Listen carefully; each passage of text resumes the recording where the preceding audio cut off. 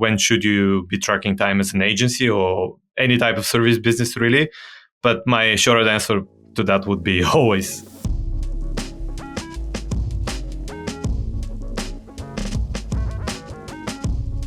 We have another guest on the podcast. And today we're talking with Ilia Markov, who is with Toggl. And so I figured, Ilia, I would let you kind of give yourself a proper introduction of who you are and what you do with Toggl and a little bit about Toggl in general before we kick off the topic of the podcast. Mm-hmm. So jumping right in, Toggl is, I guess, quite a familiar brand by now. But for those who don't know, it's a company that's on a mission to create the best productivity tools in the world. Mostly known for one of the leading time tracking tools on the market. We also have a project management / planning tool called Toggl Plan. Not super inventive with the name, but it's kind of quite descriptive of what it does. And there's another tool under the brand umbrella called Toggl Hire, which is, you've guessed it, helps companies hire the best talent in the world. The company has been around since 2008, I think it was started. Fully remote from very early days, and you can really say it's I'll share this in a second, but I've been on a few different remote companies now, and Toggl is by far the most diverse team I've been part of, and it's something that I really enjoy about the company as well, because just the caliber of people and the different backgrounds they come from is amazing, and I really enjoy working with these people, meeting with them, and so on. How big is the team and just, I can't remember if you said, but if you could clarify your specific role at Toggl too. So my specific role is marketing director. I lead the marketing team. The whole company is over 120 people now. I might be a bit off with the exact number, but somewhere in that vicinity. Okay. And they're all over the world. Is that right? Literally. Even just the marketing team is split. That's how I often sell it to candidates who want to join us. The marketing team is split between Malaysia and Mexico City, which is a challenge, because it can be quite challenging to find a time that fits everyone for a meeting. It's not really a problem for us, because we try to keep meetings to a minimum. So every once in a while we get together, and we also get together physically a few times a year. We have meetups as a company or as a team to kind of connect and see each other and get everyone on the same page. Yeah, I think that's go ahead. I got one more. I just thought of it, and I don't want to forget it, because I just realized too, when you're talking about all these different places that people are working from. So Ilia, you specifically, is English your native language, or no? How many languages do you speak? Like, what are your usual? Is it at work you're just doing English? Give me a lowdown of this, because I'm always impressed by the amount of, especially non-Americans, the quantity of languages that they speak and the fluency that they have with each of them.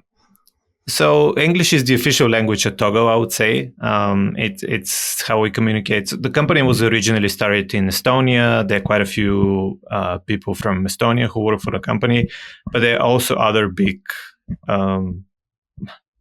countries where people come from. We have a large part of our team is in Brazil. Many Brazilians. They probably speak Portuguese when they're talking between themselves. Mm-hmm. English not my native language. I'm originally from Bulgaria. I still live in Bulgaria. Bulgarian is my native language. Mm-hmm. English is the only other language I can kind of speak on some level. I have all this very fluently on some higher level. It's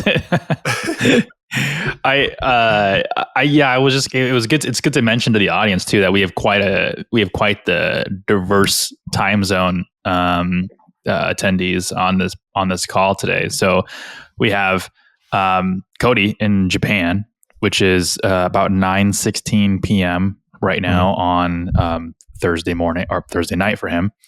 I'm in the central United States, so it is 7:16 a.m.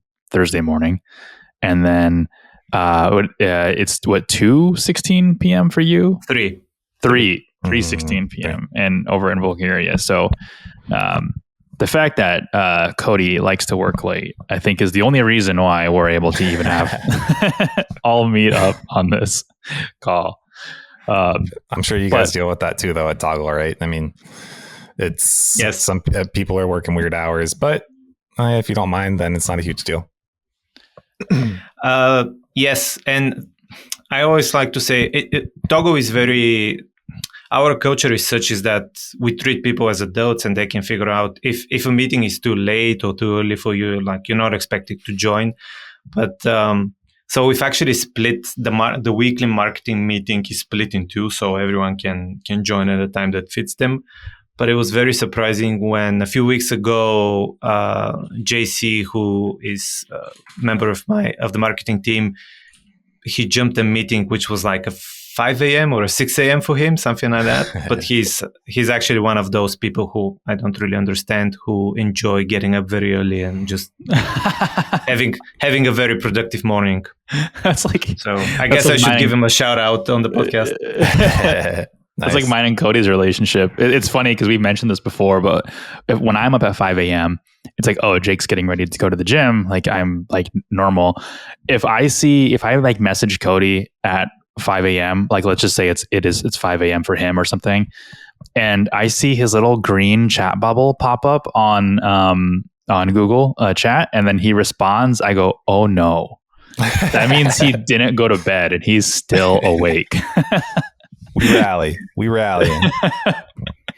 Yeah, it's always very frightening for me to see Cody up at 5 because that means because Cody, like, his primary productive hours are like between 10 p.m. and 2 a.m.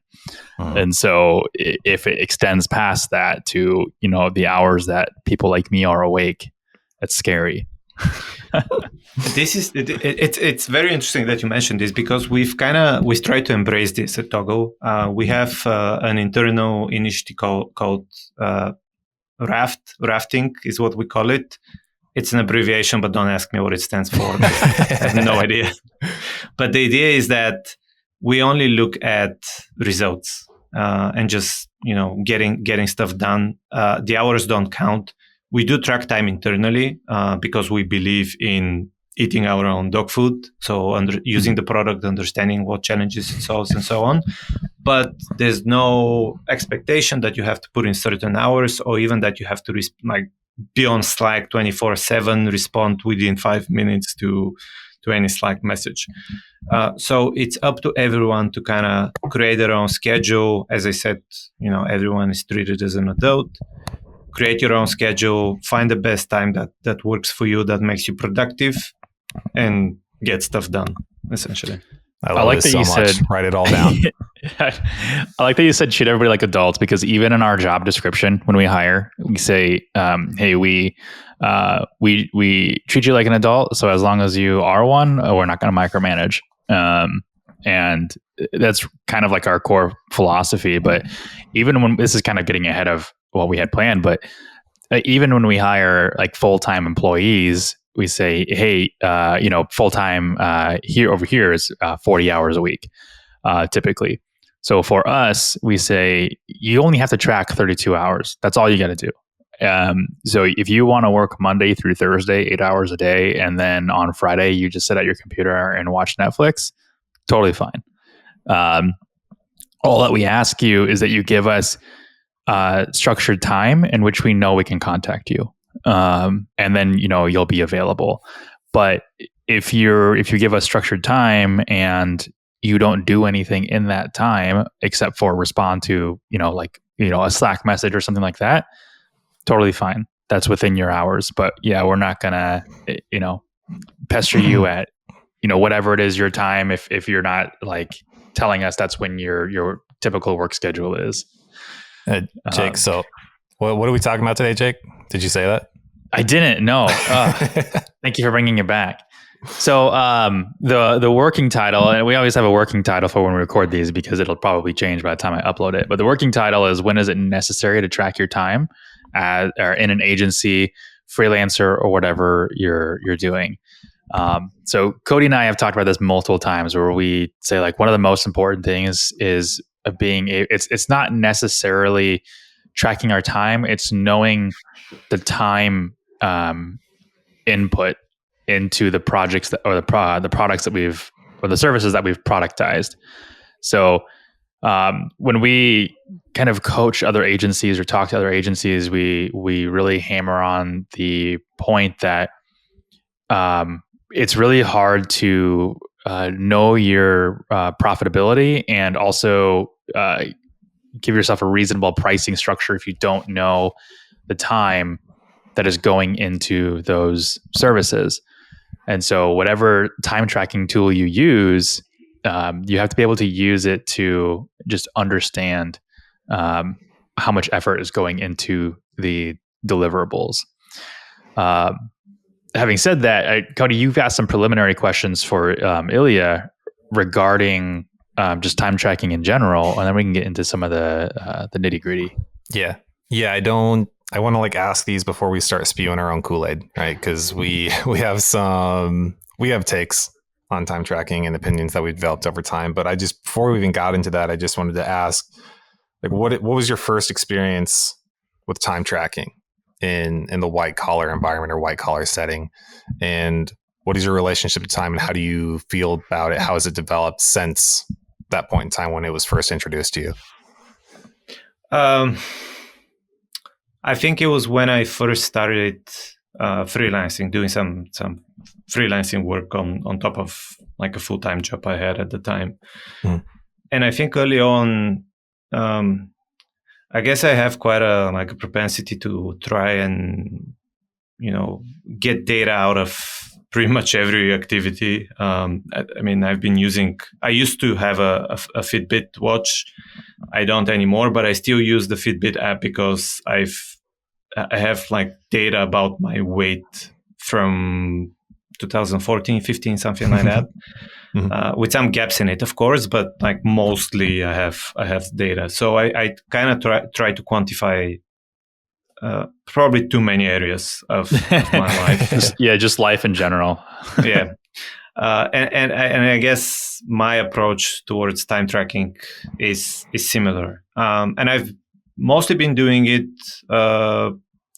for a long time, both like when doing work, like service work, whether it's freelancing or working for a company or doing some consulting work, or kind of having a background time tracker on my computer, which is kind of recording what I do, where I spend my time, so I can see, am I spending too much time on Facebook? And probably even a minute is too much time on Facebook nowadays. I spend way too much time on Facebook, and Cody knows it because every day I send him screenshots of just stupid posts that people make, and I'm just like, dude, look at this. Yep. Very familiar. Well, it sounds like you've got a good relationship though with it. Doesn't put you in a bad place mentally. And I say all this too, I'm just bringing it because I have a story for you that I don't know how to present a topic other than to share the full story, but I want you to finish first your thoughts before I hit you with it. Sorry.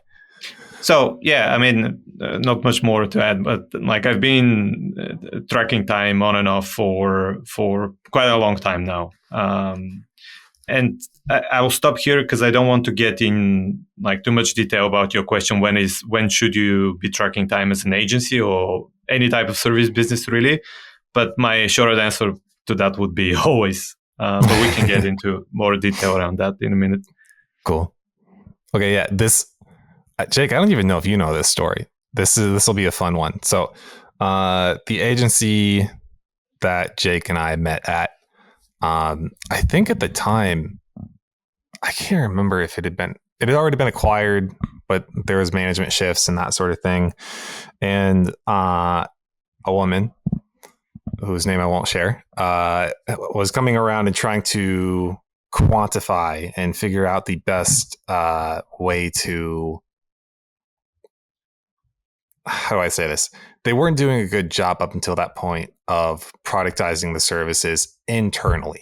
they were selling them right and they were doing a good job with that, but they weren't on the inside doing the things that they needed to prevent burnout, having too much work allocated to one person.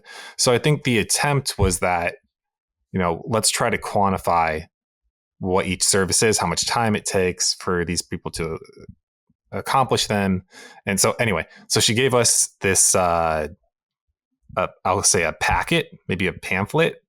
It was a questionnaire, and we were supposed to answer how long different tasks took us. And at the time I was on the SEO team, and I started going through it, and then they got to the point of like, how long does it take you to write a blog post or something like that? And I just wrote in very big letters, I said, I don't know how long it takes me to be creative. So I wrote no time, no hour estimate at all. And I turned it in, and I later learned that my boss thought that was simultaneously risky and also hilarious. So kind of my take was that I didn't know what was going on. There was no explanation. Somebody that doesn't work closely with us comes in and says, I need to know how long it takes you to do these things. And I'm like, why? What is your goal here? What are you trying to do? Are you trying to get more productivity out of us? Are you just trying to get an estimate of how long these things take? I don't know you. I don't trust you. I don't know what the consequences are of me filling this out and giving you this sort of information. As an employee, that's very scary, right?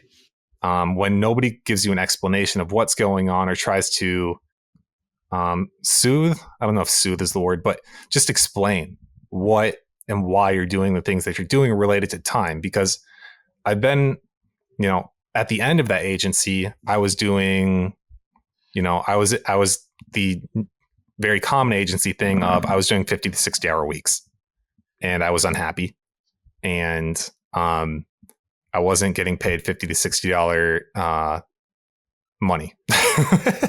So, are you familiar with that environment? Are you familiar with that vibe? Is any of that completely new to you? And if not, how do you feel about it? I mean, of course, I am both directly and indirectly, because I have some agency experience as well from a similar environment. I mean, I've seen agency where you have like multiple people living within, and I'm not talking like a huge agency with hundreds of employees, small, like a 40 to 50, maybe even smaller team with like multiple people living in a week, because the economics of the agency are such that it kind of makes it impossible to do the work without, just kind of spending the 50 to 60 or even more hours per week, and then having like internal conversations, which with the perspective of time now feel super toxic. But like someone saying, oh, but it's like it would be much worse if you were working for a law firm or something like that, which doesn't make any sense, because like none of us was even wanted to work for a law firm or even had a law degree. So why would you make such a comparison? Anyways, that was a bit of a detour. No, but that's important. That's important. But detours are great. Like we love detours. So the thing is, I think these kind of environments arise when, and I realize how it sounds, but it's when you don't have clear understanding of what's going on, how long work takes, which parts of your process are ineffective. This is where you get this kind of environment, because you're flying with like a patch on your eyes, and you're trying to navigate, and you have no idea what's going on. So it's kind of like a bumpy road, right? You're hitting potholes and rocks as you're switching the metaphor from flying to driving here. So let's use trains next time. Okay, I can try. I'm just kidding. Bigger accidents, more risky, but sure. But yeah, this is what you get. I have someone on my team, again, a story from my team, who used to work for a big agency doing email and email marketing specifically. And they would do time tracking because they needed to for invoicing and revenue recognition and so on. But they did it in a very, very basic timesheets sort of way because of how their workflow was set up. And it was quite a big organization with multiple units and so on. And whenever they got a new client and she had to do like an email sequence or like a new set of emails for the client, her boss would ask, how long do you think that's going to take you? Like, you've done tens, maybe even hundreds of these projects before. Give me like an estimate of how long you think it's going to take you, so we can, put it in a quote for the client and make it part of the proposal. And she would say, I have no idea, because sure, we have the timesheets, and they were doing time tracking. It's not like they weren't. They were. But because they lacked the additional context around that, kind of splitting your data or splicing your data by client, by project, by type of project or type of work, she couldn't say, which is how you end up with, under quoting and then having to spend the extra time, but that's not part of the estimate for the project. And this is where you start running into troubles. And after a while, sure, people, they kind of suck it up. They want to get the job done. Good people always do. They're ambitious. They want to succeed. But after a while, they just get tired because they see nothing's improving and they leave. Mm-hmm. So I think this varies a lot from agency to agency. So I'm interested, not even necessarily agency, right? It can be any business that is involved with time tracking. But does Toggl focus on, or not even necessarily focus, do they take complete newbies and train them that have had no prior experience, maybe recent college graduates? Or are they pretty much always hiring mid-career people who already have experience with time tracking? Because I think it's a different explanation when you are already working with people who are on the same page versus you get somebody who's completely new to time tracking and the purpose of it and what's going on. So does Toggl do both? Do they focus on one, or have you had anybody on your team who has been completely new and you've had to give them a full, introductory explanation on what's happening with time tracking? Mm-hmm. For sure, yes. It's a mix. It really depends, because Toggl is a typical SaaS product company. So it really comes down to what kind of position we're looking to fill and what kind of skills or experience we need. So we have some very junior people who've never worked for an agency, or they don't have any experience with time tracking or even with SaaS, but they bring some valuable skills from another area, whether that's hiring or some engineering, coding, or product work and so on. Even on the marketing team, there are people who don't have prior experience in SaaS, let's say. But if they don't have an experience in SaaS, we usually look for someone who can bring agency experience, because that's super valuable to us. This is the main customer we want to serve. So having people who've worked in an agency environment is always useful, because we see that they speak the language, they understand the challenges.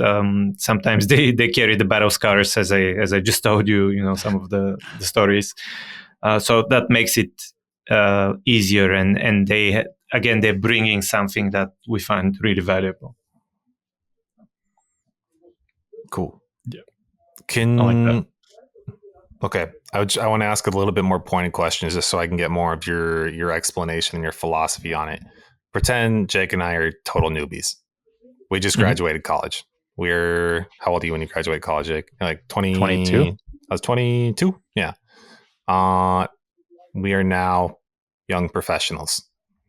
We're on your team, and you say we have to start tracking our time, which we've never done before, other than I used to work third shift at Walmart, right? So I'd show up.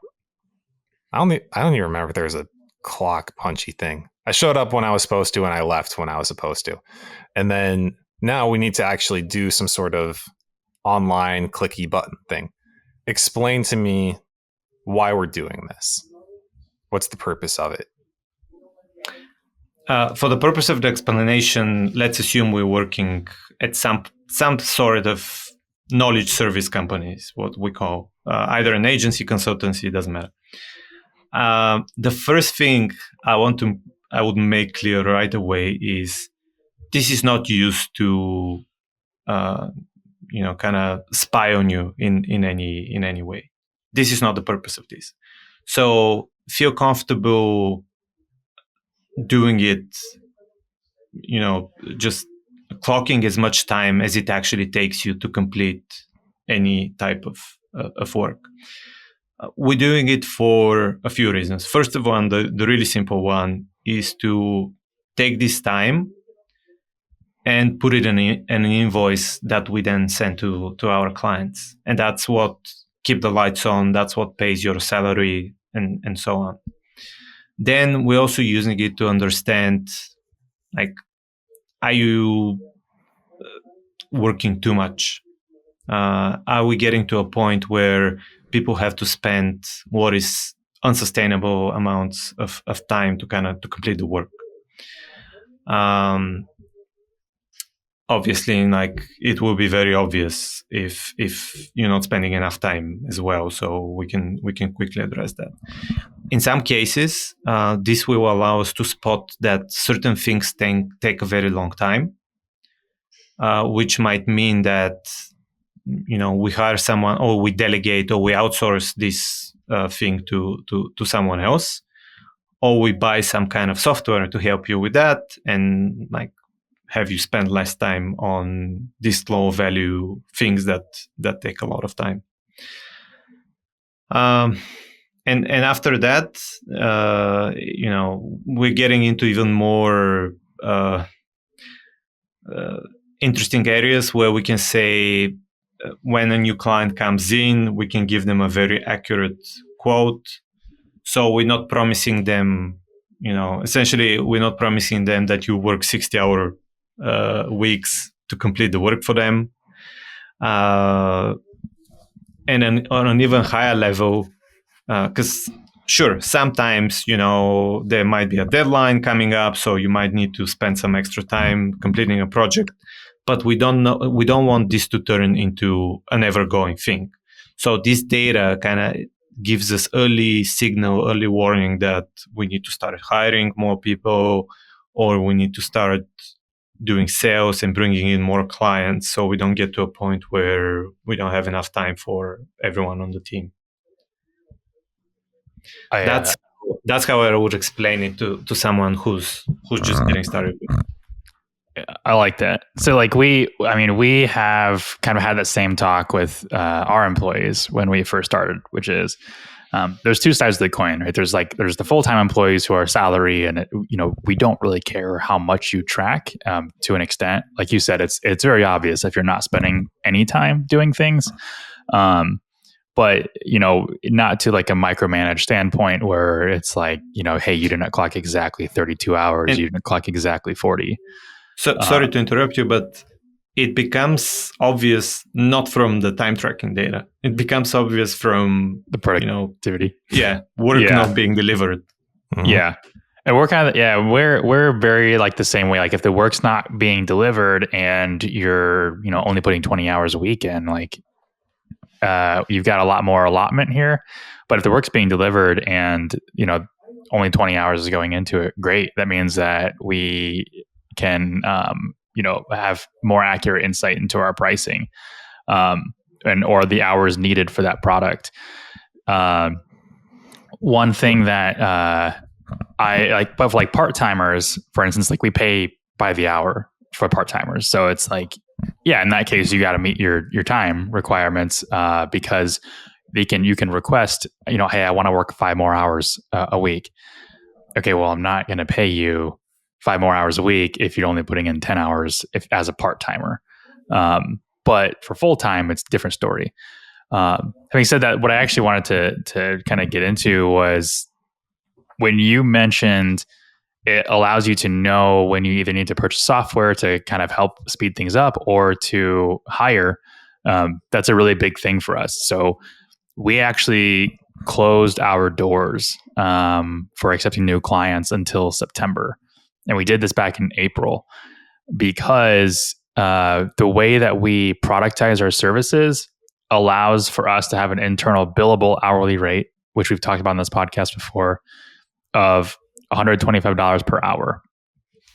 If our management fee is $500, that means we allot 4 hours of time to any particular client in any given month across all the team members.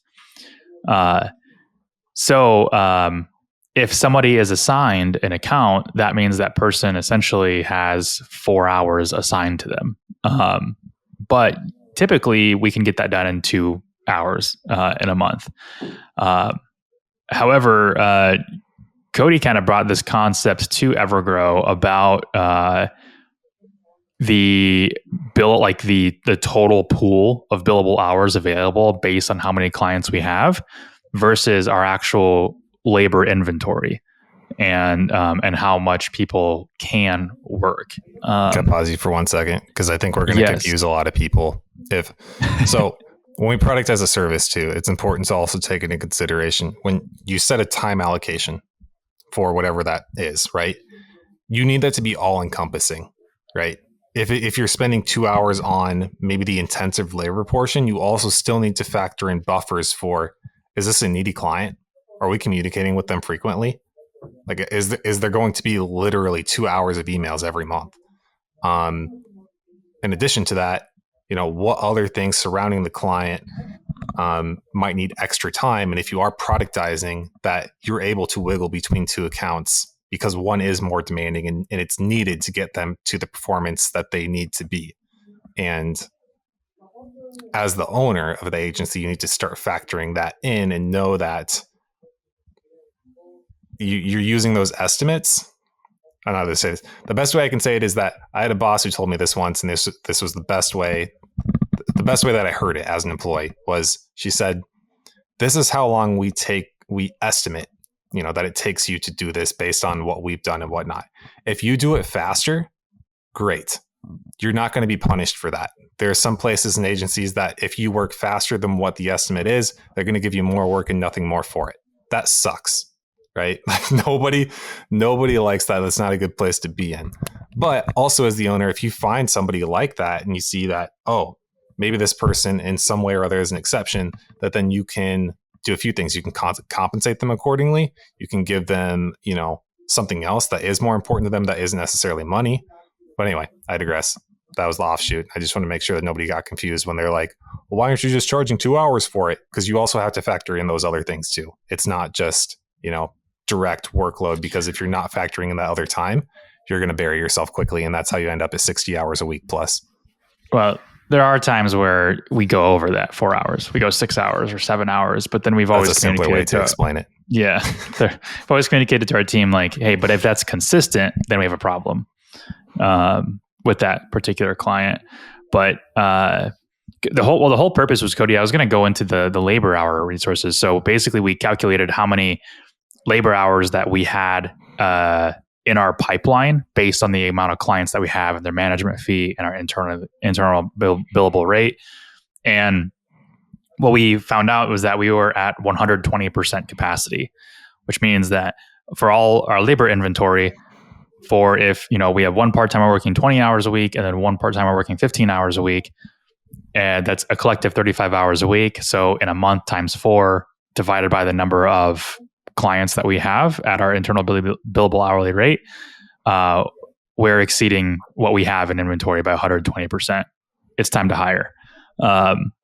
And of course, we also look into, we utilize the profit first system in terms of actual revenue. Not sure if you're familiar with it, but basically we have walls between our accounts on how much money can go into payroll every month, how much money can go into profit, and we segment things like that.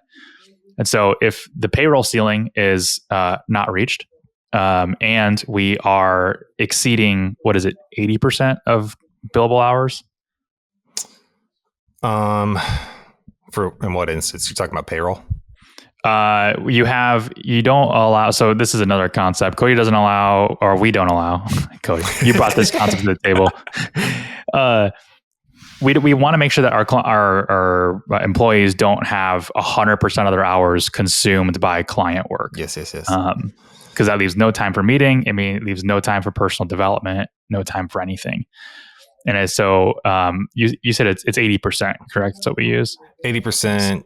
That way you still have 20% for internal time. Now, a funny thing is, I remember I was talking to a Googler once.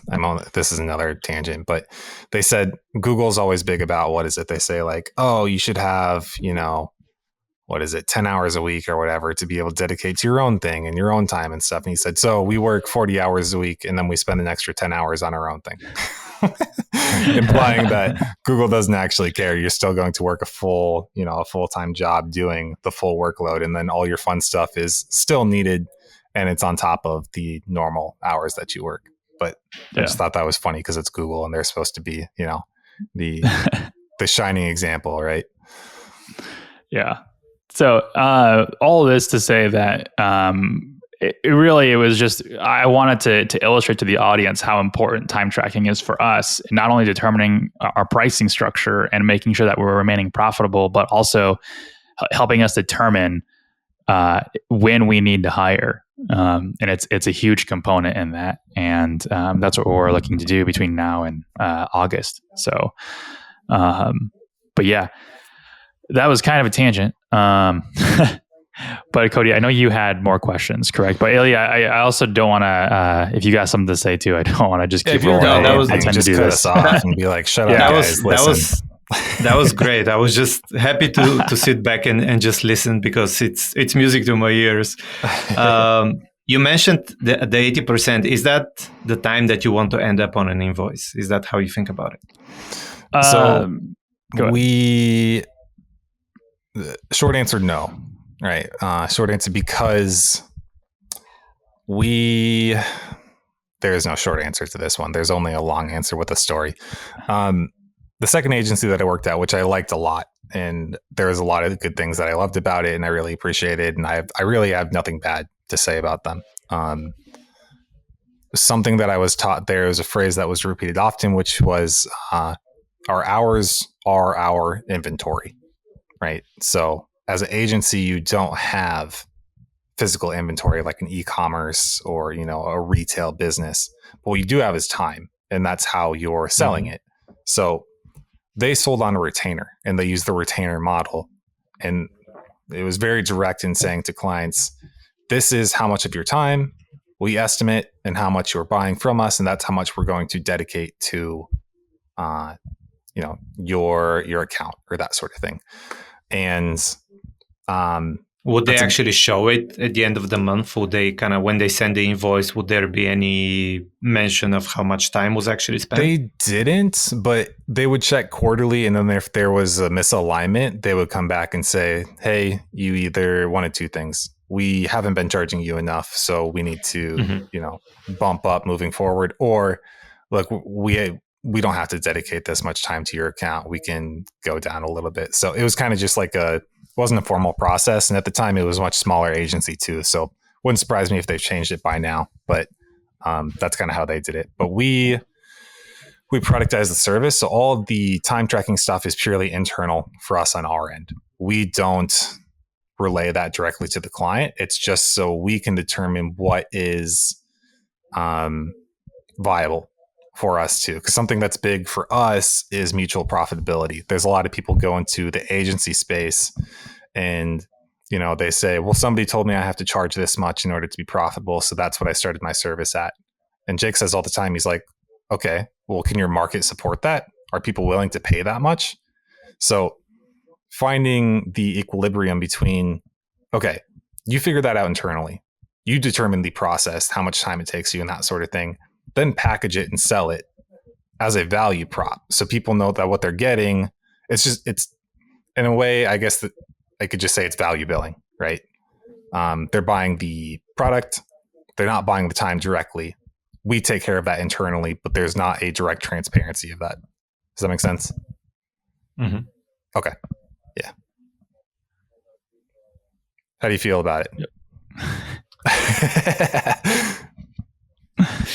You can fight us too. You can be like, look, I don't like it, guys. No. I wouldn't. I would say that you actually on one of the higher levels of consciousness when it comes to agency work and time tracking, because I've had multiple conversations with agency owners and agency operators who, like, I ask them, are you tracking time? What are you using for time tracking? And they're like, oh, we don't need to because we bill by the project. And when I hear this, I'm like generally feeling sorry for the people who work for the agency, because I know how billing per project goes when you're not tracking time. So it's what I would say is you don't need to follow a specific pricing model when it comes to service work. There are many different pricing models. Billing by the hour is just one of them. Probably not even that popular anymore. I feel like most service companies have now moved away from billing by the hour, either by retainer, project, value-based billing. But nevertheless, you always kind of you want to understand what the inputs are, and the way you sort of, like, if you were selling widgets, you would track your inventory, and it's the same when your inventory is actually time. Why wouldn't you track it and kind of use the data it gives you? Mm-hmm. Write that down. No, I like that. I think. So we've used a multitude of tracking tools and Evergrow just to try to figure out what works best for us, and we had ultimately switched to ClickUp for our primary project management tool, and then it has a time tracker built into it. Mm-hmm. But there are a few things that I hate about it. For the record, Jenny doesn't like it either. I asked her about it. Oh, does she use ClickUp too? Yeah, they use ClickUp, but she said, like, look, it's not great. Right.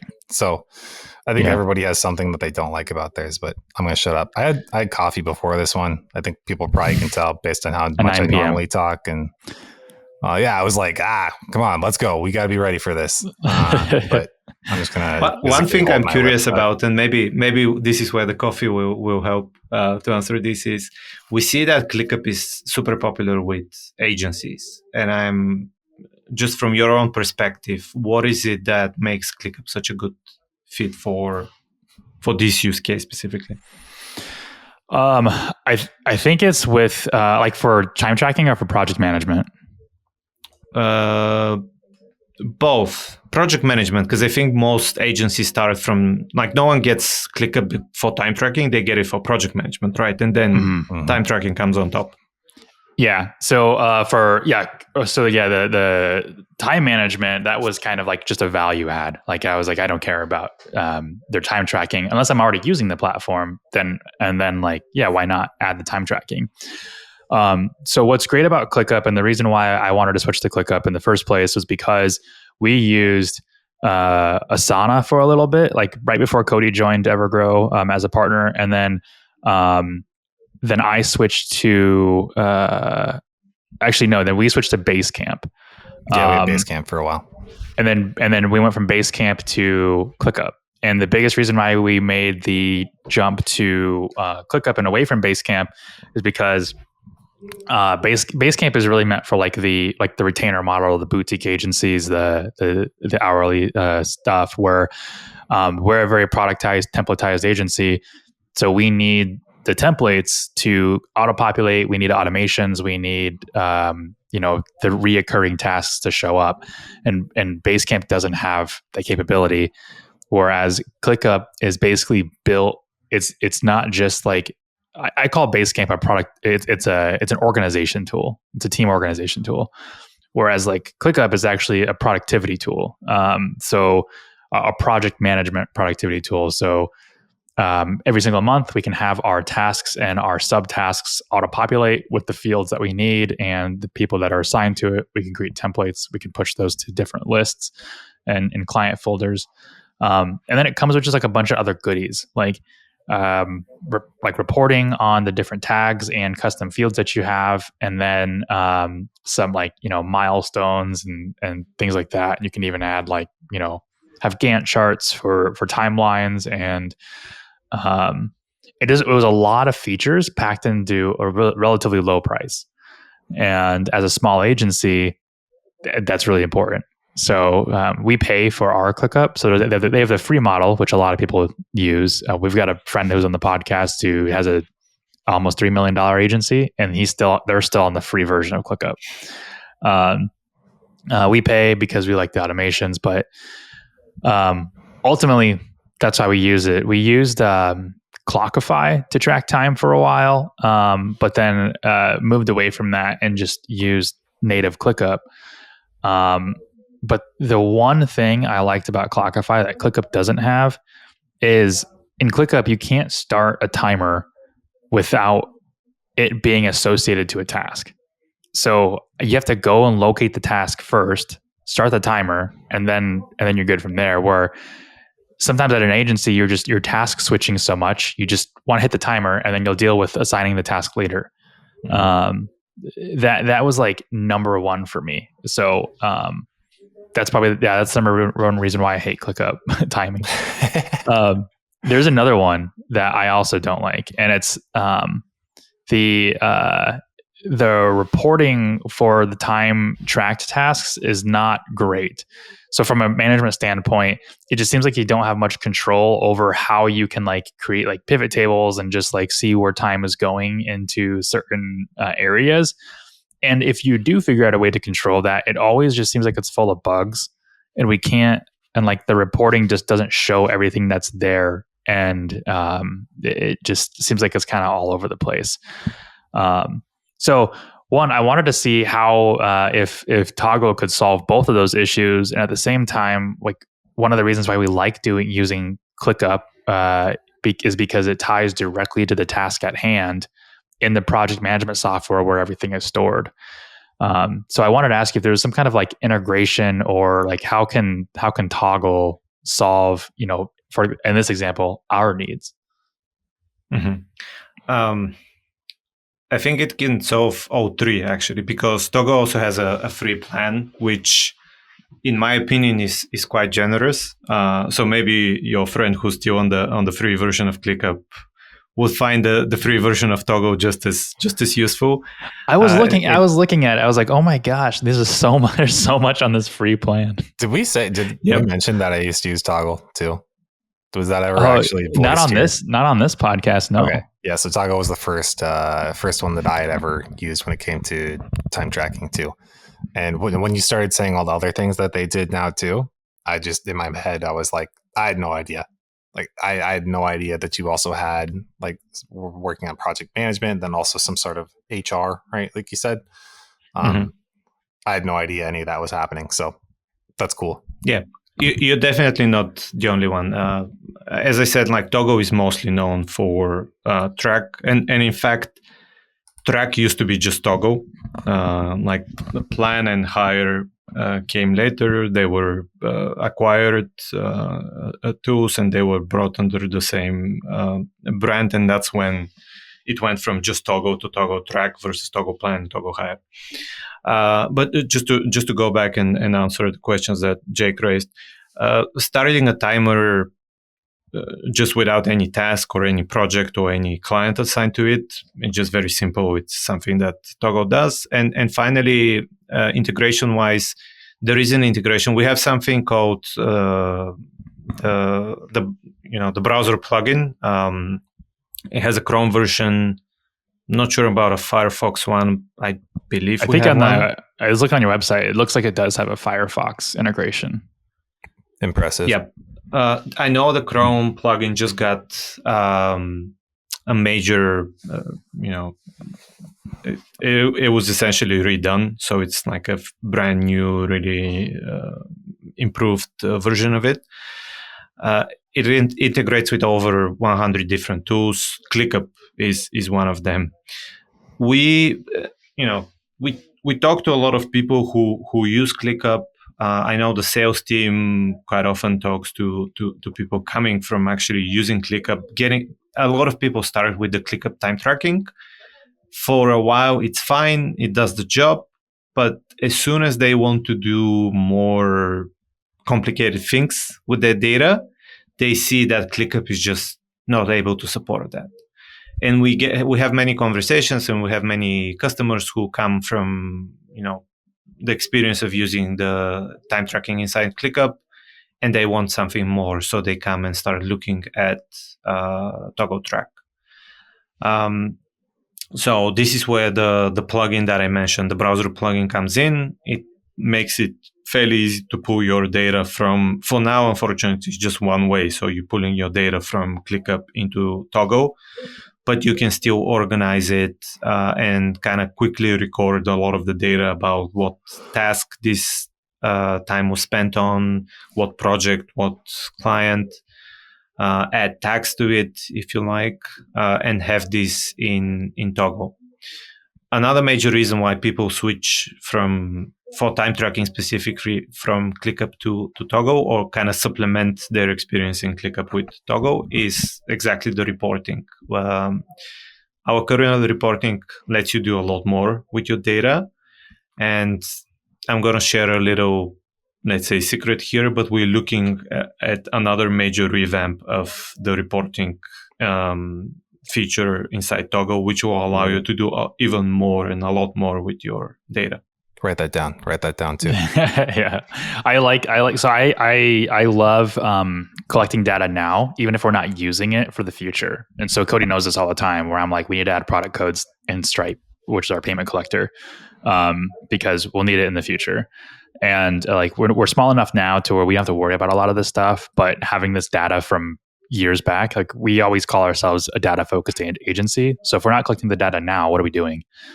And I look in ClickUp reports and how things are structured, and just the very limited data that I can get from them. And like, I love ClickUp as a project management tool, but its time tracking and its reporting is just terrible. So I was doing some research on Toggl, and I was looking at some of the reporting that you guys can pull, and it's kind of blown away. Like it's really cool. Like I even downloaded the free version of it, like the free version, but the trial, and just started playing around with it. And I was like, this is so much more user friendly than using ClickUp now. So. For sure. And you can pull the data out of it, either as a CSV if you want to look at it in your favorite spreadsheet tool, or you can build on top of it with the API and kind of connect to other. And we have big customers who do exactly this. They track time in Toggl Track, and they pull the data into another tool, such as an ERP or something similar, just to kind of do even more with that data. Cool. Do you have a plan to do two-way integration with anything? We do have, I think the one with Jira just got launched as well, or is about to launch. I'm not quite sure, but it's like a major revamp of our native integration. We do have native integrations. There are quite a few more in the works as well. And we're also building, we actually launched last year or earlier this one, a much deeper integration with our planning tool Plan, which kind of now allows you to put an estimate or a time budget for how long you think something will take, then track your time and kind of use that data to adjust these estimates that you're doing, which is something that's really interesting and really useful for service businesses, we believe. You kind of want to explore Toggl Plan now. Like Cody, I had no idea that Toggl Plan was a thing, but you're piquing my interest. That's cool. I was going to mention too, this is a slight offshoot. This is a risk. It could get completely derailed. But when you were talking about, Jake, the project management and stuff, I think something that people don't realize is that there are a billion of them out there. and they all have minor differences and stuff. But I think what people don't know is that very few of them are actually built for a conveyor belt type system. All of them kind of sell the customizable, oh, you can do this and this and this. And then, if you need to handle this one-off thing, you can. But for somebody like us, right, or somebody else who has truly productized a service where it is a lot of copy and paste, and then like on a repeat basis, we didn't actually have that many options when we were looking around. We would go through and we test them and we narrow them down and then find out, oh, well, actually, it didn't have this one feature that we needed. I don't want that to become a whole focus of this, but just wanted to say too, like, the reason why I mentioned that is because there are a lot of people running businesses who it seems like a goal for them to consolidate as many tools as they possibly can and say, oh, if we can combine this, then, that's great, because if we don't have to have it separate, then it's one less bill we have to pay. But to me, what's it matter, right? What is ultimately at the end of the day, how big of a deal is it really if that tool does exactly what you need it to do? It's just one more thing. I mean, I get it, but there is an equilibrium between, look, if it is critical and it is important, then just take the time to learn it and then teach your team, because there are major advantages to it. And I say that you say something other than time tracking or something like that, and I might be like, nah, I changed my mind. But I do think that that's something that's important to think about too. And instead of, digital tools, if this is your business and online service business is kind of what you do, it's what you do. So I hope that you know all of them very well and you find out an optimal way to do it, even if it is slightly more complicated, because that's your business. So if it's complicated, it should be, because that's what you're doing. Anyway, speech over, rant over. This is great. Just something to add. I'm a big fan of focus, especially when it comes to like product development and just overall direction and vision. And I know there are many like time tracking and especially project management, super saturated, super competitive markets. You have big beasts, especially in project management. And in such an environment, I think you as a company and as a product, you can win by narrowing down and going after a specific niche, which is still big enough to support a viable business, but you build something specifically for them. And I don't know, honestly, I don't think that ClickUp is built for agencies. I know a lot of agencies and service businesses use ClickUp, but I don't know if... the reason why it's so popular is because I don't think there's a project management tool which is only for agencies. And if you're like a SaaS and you get it, it's not going to do anything for you. Mm-hmm. I'm looking at Stripe. Like how you should approach it. Yeah. You hear that, Stripe? Stripe, are you listening? That's how I feel about Stripe. There's a lot of tools out there that like are great, but they're not specifically for things. Like Go High Level, probably like the first CRM that's dedicated towards agencies, but you're still lacking the project management side. I think this kind of covered everything we wanted. I mean, Ilia, I feel like I could talk to you forever. We're already over in the hour mark. Easy to talk to. This is nice and fun. You had an offer. You had a special offer though for our listeners. Was that true? Yes. Giving them for okay. He says no. I'm just kidding. That'd be great. Like we're cutting that out. Yeah. Let us know what your tell us what the offer is that you have for Toggl, and what Everbros listeners can get from you guys. So Everbros listeners can use the discount code Everbros to get a 20% off on an annual plan. If they're a new customer, I have to make that clear. But that's already on top of the usual discount they get for an annual plan. So it's a very nice way to kind of get started with the premium offerings of Toggl. Yeah, that's awesome. Nice. That's super generous. Yeah, Ilia, he didn't know that he was going to be the one saying that. He figured that we probably would, because that would be the smart thing to do. But we threw it back at him, so that was nice of him to explain. No worries, himself. no worries. I just wasn't sure about the exact discount code, but I think I got it right. You did. Hopefully, we can mention it in the show notes as well. Yes, it'll be down in the show notes. So, and that will be live for 3 months after the show airs. So, right when you're listening to this, you can look at the show release date, and it'll be 3 months after that. But yeah, and Everbros, we're not getting anything for this. This is literally just out of the goodness of Ilia's heart, just for coming on to allow. Not just mine, the whole team. Yeah, just Ilia. Yeah, he's carrying the team on his back. Ilia, do you have any parting words that you wanted to let our audience know before we close up shop here? I really enjoyed this. I feel like I've learned a lot, which is always like a great sign, and I really enjoy. In case any of your listeners want to share something, whether it's feedback or some challenges, I'm always kind of curious to hear. They can find me on probably LinkedIn is the best place nowadays, or Twitter, just by typing my name. And I'm like very happy to connect with, people who work for agencies or who run agencies, and just learn from their experience. Yeah, awesome. And I'll put your LinkedIn profile in the and Twitter profile in the show notes as well, so people can connect with you quicker. Awesome.